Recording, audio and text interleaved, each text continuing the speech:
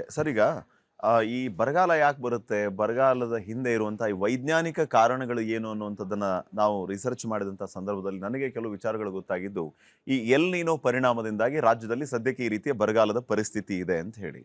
ಇನ್ನೊಂದು ಸ್ವಲ್ಪ ಮುಂದುವರೆದ ಭಾಗವಾಗಿ ರಿಸರ್ಚ್ ಮಾಡಿದಾಗ ನಮಗೆ ವಿಚಾರ ಗೊತ್ತಾಗಿದ್ದು, ನಾಟ್ ಓನ್ಲಿ ಎಲ್ ನೀನೋ, ಈ ಸಾರಿ ಪರಿಣಾಮ ಆಗಿರುವಂಥದ್ದು ಗಾಡ್ಜಿಲಾ ಎಲ್ ನಿನೋ ಇಫೆಕ್ಟ್ ಅಂತ ಹೇಳ್ತಾ ಇದ್ದಾರೆ. ಹಾಗಿದ್ರೆ ಏನಿದು scientific reason? Godzilla El Nino effect ಅಂತಂದ್ರೆ ಏನು? ಅದ್ರ ಬಗ್ಗೆ ಸ್ವಲ್ಪ ನಮ್ಮ ವ್ಯೂವರ್ಸ್ಗೆ ತಿಳಿಸಿ ಹೇಳ್ಬೋದಾ? ಈಗ ಯಾವತ್ತೂ ಅಷ್ಟೇ ನಾವು ಒಂದು ದೊಡ್ಡ ಗ್ಲೋಬಲ್ ಪರಿಣಾಮ ನೋಡೋದಾದರೆ, ನಾವು ಕೇವಲ ಲೋಕಲ್ ಪರಿಣಾಮ ಅಲ್ಲ, ಗ್ಲೋಬಲ್ ಆಗಿ ನೋಡೋದಾದರೆ ಎಲ್ಲಿನೋ ಇಂಪ್ಯಾಕ್ಟ್ ಆಗಿದೆ ಅಂತ ಹೇಳ್ಬೋದು.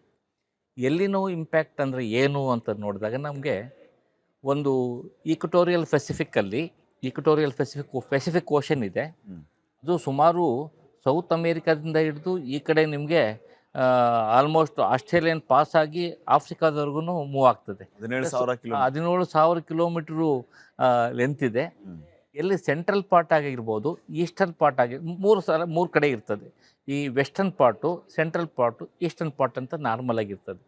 ನಾರ್ಮಲಾಗಿ ಏನಿರ್ತದೆ ಅಂದರೆ ಎಲ್ಲಿನೋ ಕಂಡೀಷನ್ ಅಂತ ಯಾವ ಕರಿತೀವಿ ಅಂದರೆ, ಈ ಸಮುದ್ರದ ನೀರಿನ ಮೇಲ್ಮೈ ಉಷ್ಣಾಂಶ ಇದೆಯಲ್ಲ, ಅದು 0.5 ಕಡಿಮೆ ಇರ್ತದೆ. ಯಾವಾಗಲೂ ಕಡಿಮೆ ಇರ್ತದೆ.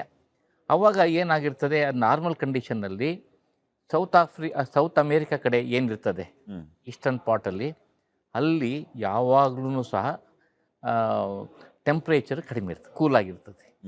ಟೆಂಪ್ರೇಚರ್ ಕೂಲಾಗಿರ್ತದೆ. ಆಸ್ಟ್ರೇಲಿಯಾ ಇವೆಲ್ಲ ದೊಡ್ಡ ಈ ಟ್ರಾಫಿಕಲ್ ಕಂಟ್ರೀಸು, ಇಲ್ಲೆಲ್ಲ ಟೆಂಪ್ರೇಚರ್ ಜಾಸ್ತಿ ಇರ್ತದೆ. ಇಂಡಿಯಾ ಇವೆಲ್ಲ ಇದು ನಾರ್ಮಲ್ ಕಂಡೀಷನ್. ಅವಾಗ ಏನಾಗ್ತದೆ ಅಂದರೆ, ಎಲ್ಲಿ ಟೆಂಪ್ರೇಚರ್ ಕಡಿಮೆ ಇರ್ತದೆ ಪ್ರೆಷರ್ ಜಾಸ್ತಿ ಆಗ್ತದೆ. ಪ್ರೆಷರ್ ಜಾಸ್ತಿ ಆದಾಗ ಈ ಕಡೆ ಟೆಂಪ್ರೇಚರ್ ಜಾಸ್ತಿ ಇರೋ ಕಡೆ ಪ್ರೆಷರ್ ಕಡಿಮೆ ಆಗ್ತದೆ, ಲೋ ಪ್ರೆಷರ್ ಏರಿಯಾ ಕ್ರಿಯೇಟ್ ಆಗ್ತದೆ. ಸೊ ಅವಾಗ ಆಟೋಮೆಟಿಕ್ಕಾಗಿ ಟ್ರೇಡ್ ವಿಂಡ್ಸ್ ಅಂತ ಕರಿತೀವಿ ನಾವು, ಅದನ್ನ ಒತ್ತುವಂಥ ತೇವಾಂಶ ಭರಿತ ಮೋಡಗಳನ್ನ ಬರ್ತಾವಲ್ಲ, ಅವು ಆ ಕಡೆಯಿಂದ ಪುಷ್ ಮಾಡ್ತದೆ. ಯಾವಾಗಲೂ ಟ್ರೇಡ್ ವಿಂಡ್ಸು ಈಸ್ಟಿಂದ ವೆಸ್ಟಿಗೆ ಬರ್ತವೆ. ಇಲ್ಲಿ ವೆಸ್ಟಿಗೆ ಬಂದಾಗ ಟೆಂಪ್ರೇಚರ್ ಜಾಸ್ತಿ, ಲೋ ಪ್ರೆಷರ್ ಇರೋದ್ರಿಂದ ಅಪ್ಲಿಫ್ಟ್ ಆಗ್ತದೆ. ಅಪ್ಲಿಫ್ಟ್ ಆಗಿ ಮೇಲೆ ಹೋದಾಗ ಕಂಡೆನ್ಸ್ ಆಗಿ ಅದು ತೇವಾಂಶ ಸಾಕಷ್ಟು ಮಳೆ ಬರೆಸೋ ಒಂದು ಪ್ರಕ್ರಿಯೆ ಇದು. ಆದರೆ ಎಲ್ಲಿನೋ ಪೀರಿಯಡಲ್ಲಿ ಏನಾಗ್ತದೆ ಅಂದರೆ, ಎಲ್ಲಿನೋ ಪೀರಿಯಡಲ್ಲಿ ಈ ಟೆಂಪ್ರೇಚರ್ಸು 0.5 ಡಿಗ್ರಿಗಿನ್ನ ಜಾಸ್ತಿ ಉಷ್ಣಾಂಶ ಏರಿಕೆ ಆಗ್ತದೆ.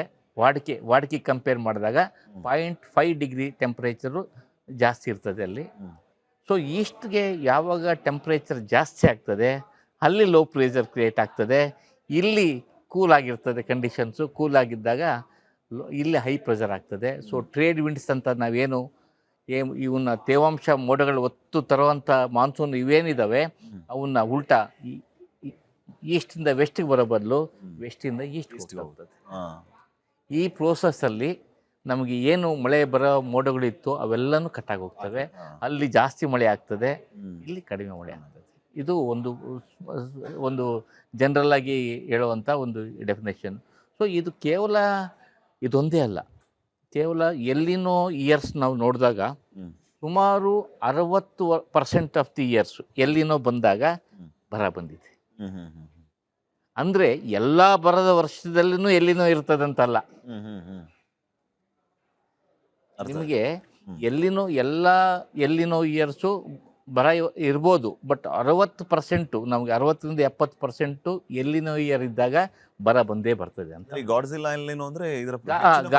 ಗಾರ್ಗಿಲ ಇವಾಗ ನಾನು ಹೇಳಿದ್ದು ಎಲ್ಲಿನೋ ಅಂತ ಹೇಳಿದೆ. ಗಾರ್ಗಿಲ ಎಲ್ಲಿನೋ ಅಥವಾ ಸೂಪರ್ ಎಲ್ಲಿನೋ ಅಂತ ನಾವು ಯಾವಾಗ ಕರಿತೀವಿ ಅಂದರೆ, ಈ ಸೀ ಸರ್ಫೇಸ್ ಟೆಂಪ್ರೇಚರು 0.5 ಡಿಗ್ರಿಗಿನ 2 ಡಿಗ್ರಿಗೆ ಹೋಗ್ತದೆ. 2 ಡಿಗ್ರಿಗೆ ಹೋಗ್ತದೆ. ಅದು ಭಾಳ 100 ವರ್ಷದಲ್ಲಿ ಒಂದ್ಸಲ, 50 ವರ್ಷದಲ್ಲಿ ಒಂದ್ಸಲ ಆಗುವಂಥ ಈವೆಂಟ್. ಅದು ವೆರಿ ರೇರ್ ಈವೆಂಟು. ಅದು ಈ ವರ್ಷ ಎಕ್ಸ್ಪೆಕ್ಟ್ ಮಾಡ್ತಾ ಇದ್ದಾರೆ. ಅಂದರೆ sea surface temperatures Pacific Ocean, equatorial ಪೆಸಿಫಿಕ್ಕಲ್ಲಿ 2 ಡಿಗ್ರಿಗಿನ ಜಾಸ್ತಿ, ವಾಡಿಕೆಗಿನ 2 ಡಿಗ್ರಿಗಿನ ಜಾಸ್ತಿ ಆದಾಗ ಸೂಪರ್ ಎಲ್ಲಿನೋ ಆಗೋ ಸಾಧ್ಯತೆಗಳು ಇರೋದ್ರಿಂದ ಇದರ ಇಂಪ್ಯಾಕ್ಟ್ ಜಾಸ್ತಿ ಇರ್ತದೆ ಅಂತ ಕ್ಯಾಲ್ಕುಲೇಟ್ ಮಾಡಿದ್ದಾರೆ.